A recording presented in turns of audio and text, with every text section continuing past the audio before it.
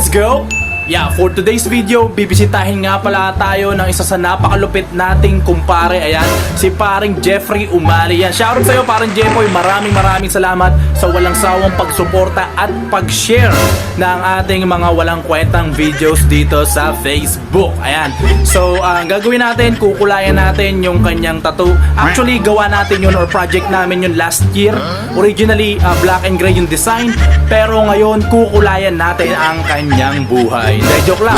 Siyempre, kukulayan natin ang kanyang tato para magkaroon ng buhay, di ba? So ayun, dun kami magtatatuan sa aming mahiwagang grahe.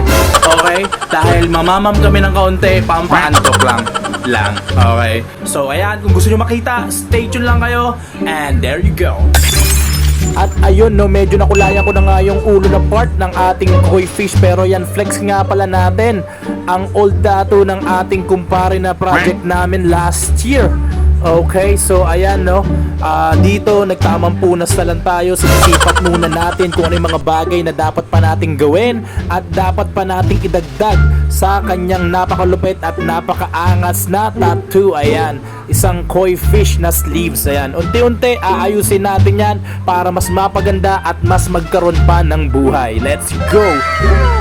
Grabe, sobrang lakas nga pala ng ating kumpare. Ayan no, medyo taon na rin bago huli kaming nagkatatuan. Pero ayan, napakalakas pa rin ng kanyang pain tolerance.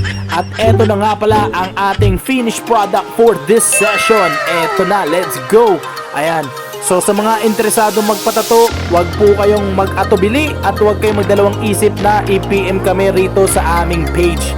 Ayan, at sa ating mga solid na viewers, don't forget to like and share. At syempre, paki-follow nga rin pala ang ating page. Ayan, maraming salamat sa ating mga solid viewers. Let's go!